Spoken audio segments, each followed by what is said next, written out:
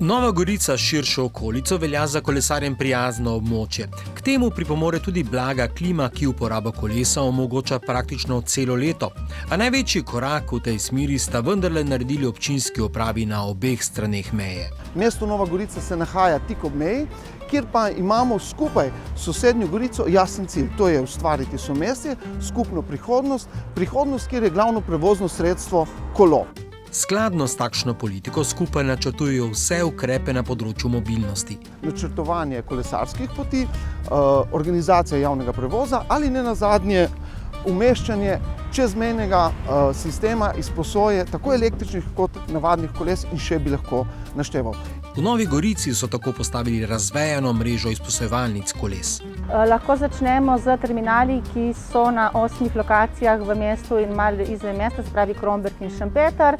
Na teh terminalih si lahko obiskovalci sposodijo navadno ali električno kolo.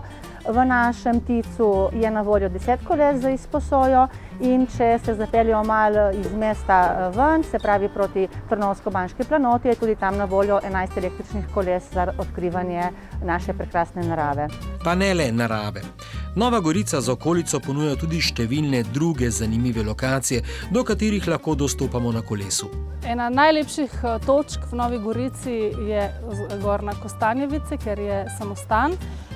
Tam je tudi pokopan zadnji borbonski francoski kralj. Potem nazaj čez Trg Evrope, seveda, ki danes povezuje tako italijansko kot Novo Gorico. Pa po tej Soški poti, po kateri se pride vse do Plav, do kanala in naprej do mosta na Soči.